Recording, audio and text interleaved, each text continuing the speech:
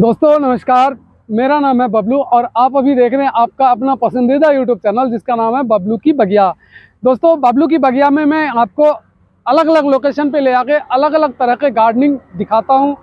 आज मैं आपको जो गार्डन दिखाने वाला हूं, मेरे पीछे देख रहे होंगे फल से लदे हुए आम का पेड़। ये कहने के लिए आम जरूर है, लेकिन ये आम कमाई के लिहाज से और पौष्टिकता के लिहाज से आम नहीं, बिल्कुल खास चीज़ है। क्योंकि केवल 3 महीने की ये देखभाल करनी पड़ती है इस पेड़ को, और साल भर की कमाई 3 महीने में भरपूर देके जाती है। तो कम मेहनत में ज़्यादा मुनाफा यदि आप भी कमाना चाहते हैं तो इसी तरह आम की बागवानी आप करें। इसमें खास बात यह है कि पूरे एरिया को कवर नहीं किया है। मैं आपको ये पूरा बागवानी दिखाऊंगा जहाँ पे नीचे खेत भी है, खेती भी हो रही है, और साइड में लगे जो जगह जगह पेड़ लगे हुए हैं इसमें भरपूर आम आया हुआ है और इस आम से भरपूर खास कमाई हो रही है। मैं जिस जगह इस वीडियो को शूट कर रहा हूँ वो जगह उत्तराखंड के पंतनगर का लोकेशन है, और पंतनगर एग्रीकल्चर के लिए पूरे हिंदुस्तान में जाना जाता है, क्योंकि यहाँ की बागवानी, यहाँ के प्लांट्स, यहाँ के एग्रीकल्चर से रिलेटेड सारे चीज़ बहुत ही फेमस है पूरे हिंदुस्तान में। और मेरे ठीक सामने पंतनगर यूनिवर्सिटी है, जो एग्रीकल्चर का हिंदुस्तान में सबसे बड़ा यूनिवर्सिटी में से एक है, सबसे पुराना यूनिवर्सिटी है। ये हिंदुस्तान का पहला यूनिवर्सिटी है जिसको लाल नेहरू जी ने उद्घाटन किए थे, और तब से ये स्टेट लेवल की यूनिवर्सिटी है। और यहाँ पे देश विदेश से बच्चे पढ़ने के लिए, एग्रीकल्चर से शिक्षा लेने के लिए यहाँ पधारते हैं। तरह तरह के यहाँ अनुसंधान होता है, और उन्हीं अनुसंधान में मिलता है मुझे नए नए वैरायटी के पौधे, चाहे वो किचन गार्डनिंग का हो, चाहे फ्लावर प्लांट का हो, चाहे फ्रूट प्लांट का हो, चाहे शो वाले पौधे क्यों ना हो, सब कुछ। तो बगैर किसी देरी के चलिए आज आपको दिखाते हैं पंतनगर उत्तराखंड की वादियों से आम की ये खास फसल की खास रिपोर्ट। कैसे आप आम के फसल से ज़्यादा फसल ले पाएंगे, कैसे कम केयर में आप ज़्यादा मुनाफा आम से ले पाएंगे, कितने दिन की खेती है, क्या क्या इसका केयर करना पड़ता है जो इसका फल बाहर आने से लेके मार्केट में जाने तक खराब नहीं होता है। ये सब कुछ आपको इस एपिसोड में मैं दिखाने वाला हूँ। और हाँ, मेरी कोशिश ये रहेगी कि इस वीडियो को मैं शॉर्ट टाइम में कवर करूँ, ताकि आपका समय भी बच सके और थोड़े समय में ये आम की खास जानकारी आपको मिल पाए। बगैर किसी देरी के अब चलते हैं सीधे आम के बागवानी में और देखते हैं क्या क्या आम यहाँ पे है, कैसे इन्होंने केयर किया है, सब कुछ। तो चलिए अब मेरे साथ देखते हैं इस बागवानी को। ये आम की एक वैरायटी है जिसे यहाँ पे लंगड़ा नाम से जाना जाता है, और अभी यदि मैं बात करूँ तो ये महीना चल रहा है जुलाई का, और जुलाई का ये स्टार्टिंग वीक है। स्टार्टिंग वीक में आम अमूमन सारे पकने से लग गए हैं, और जगह जगह से आपको आम का ये टहनियाँ खाली दिखेगी, क्योंकि जो शुरुआती दौर होता है ना, उस शुरुआती दौर में आम को मार्केट में बेचने से खास मुनाफा होता है, क्योंकि शुरुआती दौर में आम महंगे रेट में बिकते हैं। और आम का यदि आप साइज़ देखें तो बहुत बढ़िया साइज़ है। इसको अभी से जुलाई तक मार्केट में बेचा जा सकता है। बौर आने से लेके फल बेचने तक अमूमन 2.5 से 3 महीने का वक्त लगता है। जब ये बौर आता है तब से लेके मार्केट में जाने तक 3 महीने में ये फल तैयार होता है, और 3 महीने में ही ये साल भर की कमाई दे के जाता है। तो बात करते हैं अब इसके पौध लगाने से लेके मार्केट में बेचने तक की सफ़र कैसे आप तय कर सकते हैं। आप यदि चाहते हैं कि आप एक ही ज़मीन में, एक ही खेत में एक से ज़्यादा तरह के वैरायटी को आप ले सकें, तो नीचे का जो हिस्सा ज़मीन का है मैं दिखा सकूं आपको, तो ये सारी ज़मीन देखिए, यहाँ पे खेती की गई है, और ऊपर जगह जगह आम का पौधा भी लगा गया है, आम का पेड़ भी लगा हुआ है। इससे आपको मिलता है आम के आम और गुठली के दाम भी, क्योंकि ज़मीन के हिस्से जो है, ज़मीन वाले जो एरिया है उसको इन्होंने खेती पर्पज से इस्तेमाल किया है, और आम तो मार्केट में बेचे ही बेचे हैं। बौर आने अभी से लेके दोस्त, अभी से लेके ये 3 महीने पहले बौर आना स्टार्ट हुआ था, और उस टाइम से इसमें बीच बीच में स्प्रे करना पड़ता है दवाई का, क्योंकि इसमें कई तरह की दिक्कतें बौर आने टाइम में होता है। मसलन मधुमक्खी का लग जाना, या कई तरह के छोटे छोटे कीड़े इस बौर में लगता है, बौर का रस चूसने के लिए आता है। तो इससे बचने के लिए हमें जो पेस्टिसाइड है उसका स्प्रे बीच बीच में करना पड़ता है। इस बार आम आपको नहीं दिख रहे, मसलन इस तरह के ये जो टहनियाँ जिसमें आम बिल्कुल नहीं है, तो आप निश्चिंत रहिए, इसमें आपको अगले साल फल मिलेगा ही मिलेगा।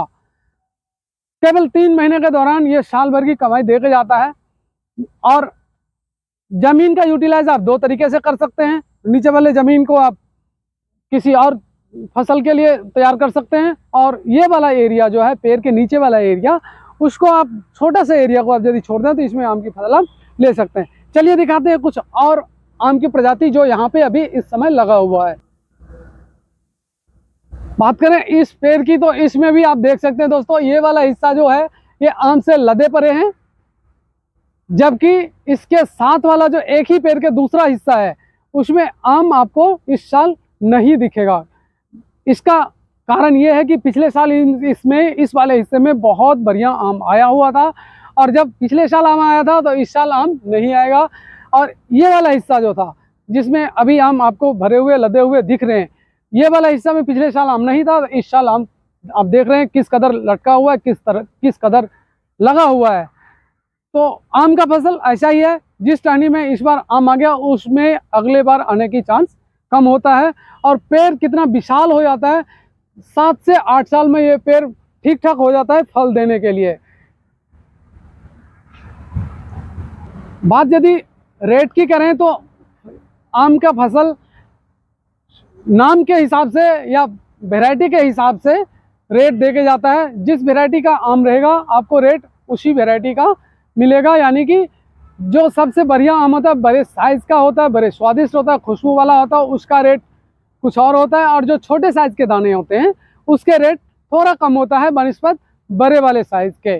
तो जब भी आप आम के पौधा लगाने की तैयारी करें तो कोशिश ये रखें कि बढ़िया साइज़ में जो आम आता है, बढ़िया आम जो आता है उसी को लगाएं।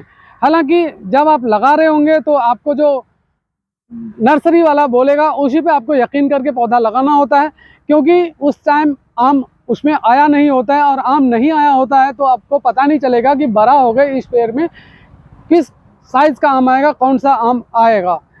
तो जब भी आप ख़रीदारी करें तो कोशिश ये करें कि जो विश्वसनीय नर्सरी है उनके यहाँ से ख़रीदारी करें, ताकि 2 पैसा फालतू भी लगे तो आपको ये मन में शंका ना रह जाए कि ये किस किस्म का आम होगा। क्योंकि जब तक ये आम फल आने वाला होता है तब तक पौधा बड़ा हो चुका होता है, और फल की क्वालिटी यदि ठीक नहीं आती है तो आपके बस में कुछ होता नहीं है, काट के फेंकने के लिए आप तैयार नहीं होंगे, क्योंकि आपने मेहनत करके इस पौधे को पेड़ में परिवर्तित किए हैं, और आप अपने हाथ से उसको काटने में संकोच करेंगे ही करेंगे। खास बात यह है कि यदि आप वहाँ से लेते हैं, विश्वसनीय नर्सरी से लेते हैं, तो आपको ठगे जाने के चांस नहीं के बराबर होगा। और इसकी केयर के बात यदि करें तो ये खेतों में अमूमन लगाया जाता है, घर में एक्का दुक्का प्लांट तो आप लगा सकते हैं, लेकिन यदि बात करें बड़े पैमाने की तो वो आप खेत में ही लगा सकते हैं जो घर से थोड़ा दूर होता है। पौधे जब छोटा होता है तो उसको ज़रूर आप जाली से घेर के रख दें, ताकि किसी तरह की मवेशी या किसी तरह की नुकसान कोई जानवर उसको नहीं पहुंचा सके। जाली आपको एग्रीकल्चर शॉप में मिल जाएगा, या फिर आप चाहें तो अपने पसंद के डिज़ाइन से उसको डिज़ाइन भी कर सकते हैं और बना भी सकते हैं। कम रेट में बढ़िया हो जाता है, लेकिन उसको लगाने के बाद एक गारंटी सी हो जाती है कि ये पौधा आपका सुरक्षित रहेगा, इसको किसी तरह की जानवर का कोई खतरा नहीं होगा। इस वाले पौधे को मैं ज़्यादा इसलिए कवर कर रहा हूँ कि इसमें जो लटके हुए आम है ना, ये लगता ऐसा है कि ये रियलिटी नहीं बल्कि आर्टिफिशियल है, किसी ने इसको ऐसे लुक देने के पर्पज़ से सजाया हुआ है।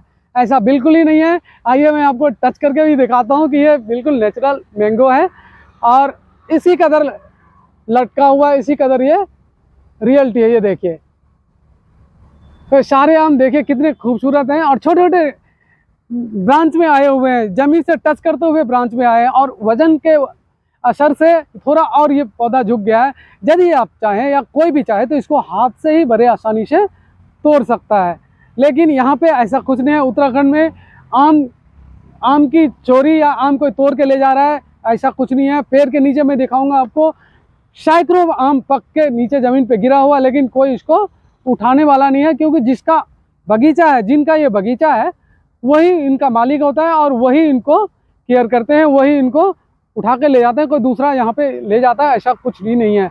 मैं यदि दिखाना चाहूँ तो रोड के उस तरफ देखिए, ये बड़ी बड़ी कंपनियां हैं और इस कंपनियों के ठीक सामने ये वाला आम का बगीचा है, जहाँ पे आम लगे हुए हैं और लदे हुए हैं।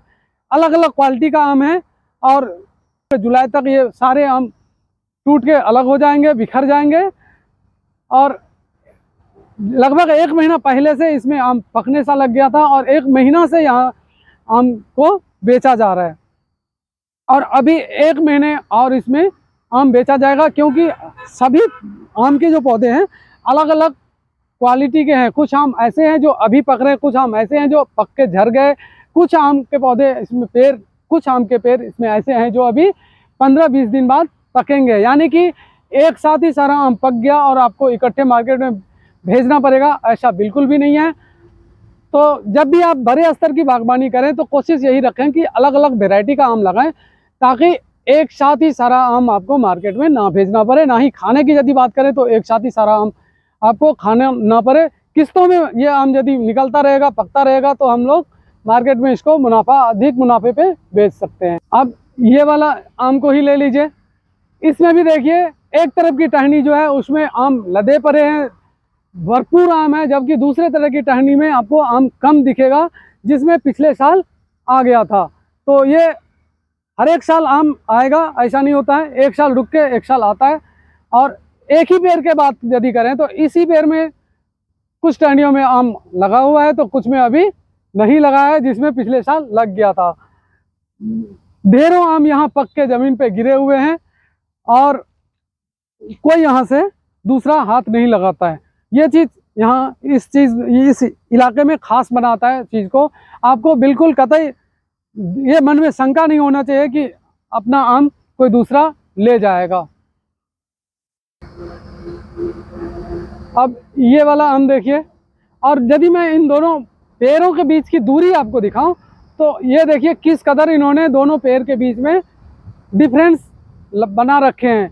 हर एक पेड़ के बीच में ये लगभग 10 से 12 फीट का दूरी बना रखे हैं और इस दूरी से आम के टहनियों को फैलने का पूरा मौका मिलता है और ये बहुत बढ़िया ग्रो करते हैं।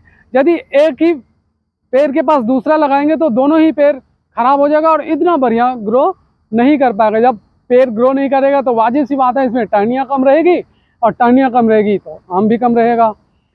तो पेड़ को आप, आम के पेड़ को जब भी खरीदें विश्वसनीय नर्सरी से खरीदें, ताकि आप जिस तरह का आम चाहते हैं उसी तरह का आम बड़े होने पे उस पेड़ से आपको मिल सके। केयर के नाम पे बौर आने से लेके आम को मार्केट में भेजने तक आपको 2-3 महीने केयर करना पड़ेगा। और यदि आपने ठीक से 2-3 महीने आम को केयर कर लिए तो ये बहुत बढ़िया मुनाफा आपको दे के जाएगा। मैं कुछ और पेड़ को आपको दिखाता हूँ। यहाँ पे जितने पेड़ हैं सभी में आम इस कदर लदे पड़े हैं कि मैं कैमरा का फोकस जो है उस आम से हटा ही नहीं पा रहा हूँ। जहाँ भी देखते हैं आम आपको लदे हुए मिलेंगे। देखिए किस हिसाब से आम है। अब इस वाले पेड़ को देख लीजिए आप, चारों तरफ आम से लदे पड़े हैं। सभी इसमें आम ऐसे हैं जो अब पकने से लग गए हैं और पक के जमीन पे भी कितने सारे आम आपको दिखेंगे जो गिरे हुए हैं।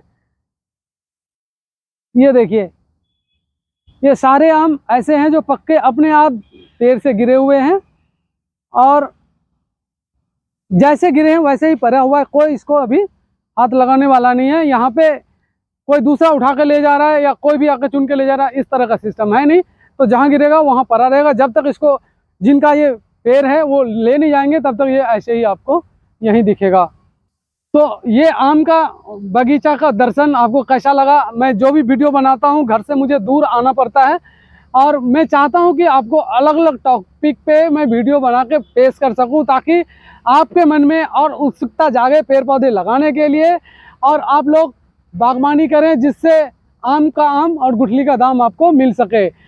पेड़ पौधा ऐसा चीज़ है जो मानव जीवन को संकट से बचाने का काम करता है। यानी कि कार्बन डाइऑक्साइड जो हम लोग छोड़ते हैं वो पेड़ लेता है और हम लोग जो ऑक्सीजन लेते हैं, मुफ्त का ऑक्सीजन, वो पेड़ पौधे से ही हमें मिलता है।